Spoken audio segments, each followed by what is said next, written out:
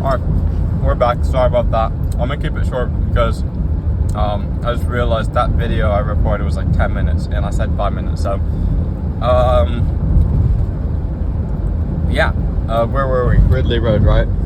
Yeah, I think you were just talking about how we scared off the mountain line. Yeah, so we scared off the mountain line. We made it to our campsite. We were super tired, mentally and physically exhausted. Like, I think that was the hardest point in my life. And I train Taekwondo 4 times a day, or 4 times a week, 5 times a week sometimes.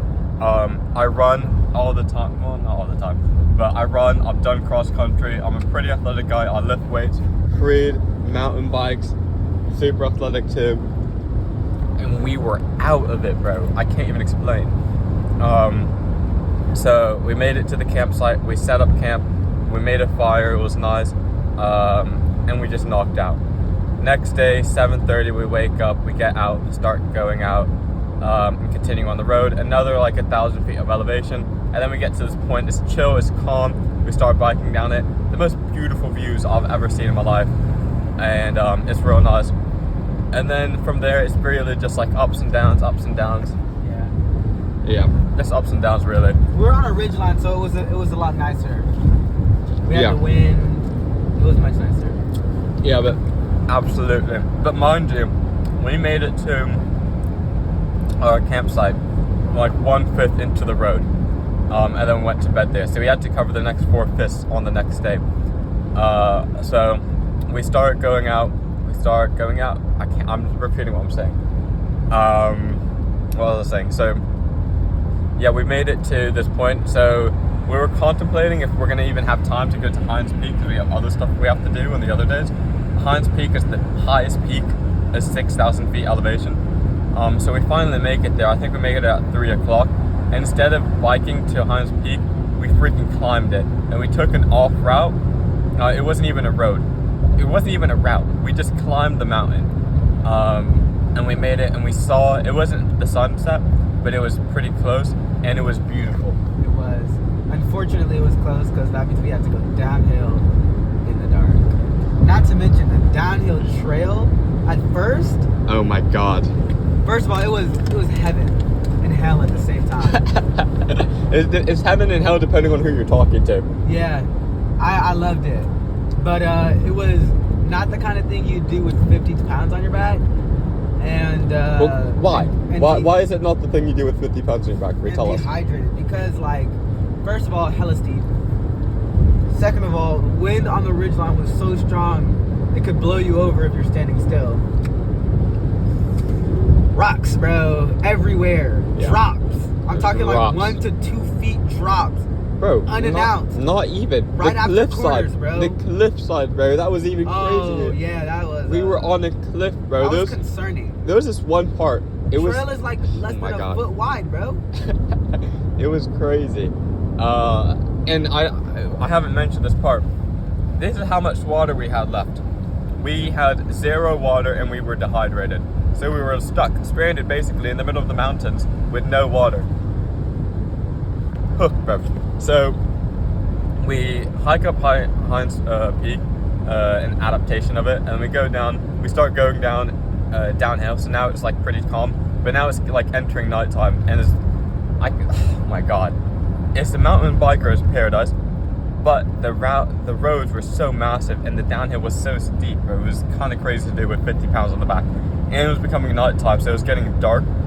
So the point we made, like past those big rocks, it was more on like a cliffside, just surfing, and man, that was also pretty crazy because it was about in a foot or so of space. The leaves were in your face, and on the other side, if you look to the right of you, it's just cliff. It's just ground. It's dropped.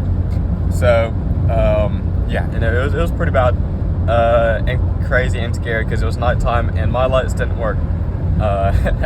They were actually very dim, but made it past that. We what happened?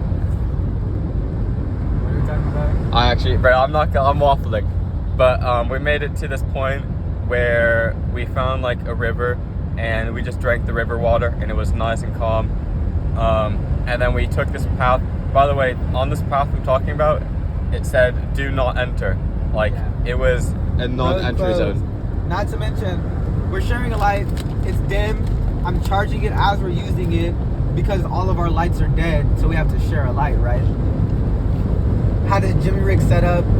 I had a battery pack in one bag. Had it connected to the light in the front. And after we enter this road, because we're like, there's no way we're going this way, right? Like, check the map. Checked it. That's the route that we set on our own, never being there before, right? We're like, oh, this looks cooler, right? We take it. Pitch No one's been on this black. road. Pitch black, right? Yeah. Thankfully, this road's a little wider because we're gonna need to ride side by side. Only one of us has a light, right? And then we saw a bear. We see like signs, right? And we can't read them because the light's too dim. So we're like, forget it, right? Keep going. We're warning signs. We don't know where they're warning us of. We No kept clue. going, right? We hear things in the bushes. We hear like ruffling in the bushes. Mind you, we're going 30 miles an hour, no freaking light, bro. Pitch dark, dim light in the front. So if something happens, like it's like we're done. We're done. We're done. And then what do we see? Bear poop, so much of it. So much. The first time we saw it, I was like, oh my god, that's bear poop. There might be a bear.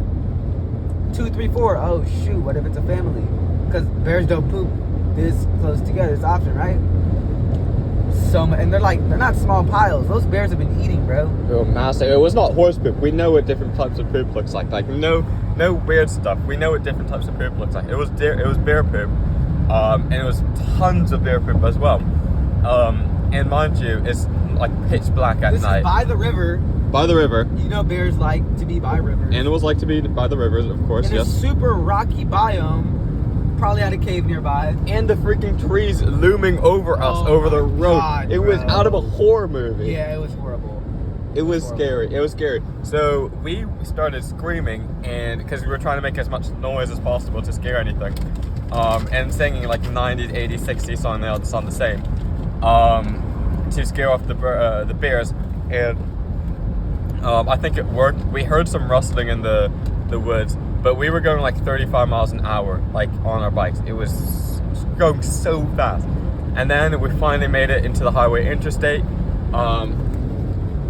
Yeah, we made it to the highway interstate. We went like 40, 20 on that. We were going basically the same speed as, sorry, I'm trying to burp. Same speed as the cars, and yeah, it was kind of crazy, and it was just downhill, thankfully. But yeah, hey, what do you want to say? Yeah. A lot of curves. It was really fun. Again, we're sharing one light. Makai almost died a couple times. A couple times, yeah. We're chilling though. Yeah, cars did not see me. Yeah. I didn't even see when I went backwards. It was like 5 feet away from me. Yeah, and we were doing this on the highway interstate, mind you. Yeah. But so we continued that for about 14 to 15 miles. Like 15, right? Yeah. And then until we made it to our car. Got Also- pulled over by the cops. We had well, I accidentally rerouted. We were actually going to the end of Santa Ana Road, which was the ocean. And then at the last second, I was like, oh wait, this is wrong. So it went from like an hour and 30 minutes to like 7 minutes, and we just went back. Yeah. Yeah. Yeah, it was kind of crazy. I'm so glad we did it. But oh my god, I wouldn't wish Gridley Road amongst anyone, because that was 7 hours, I think, of just 15 miles or something with 100 pounds on you. That was maybe one of the hardest physical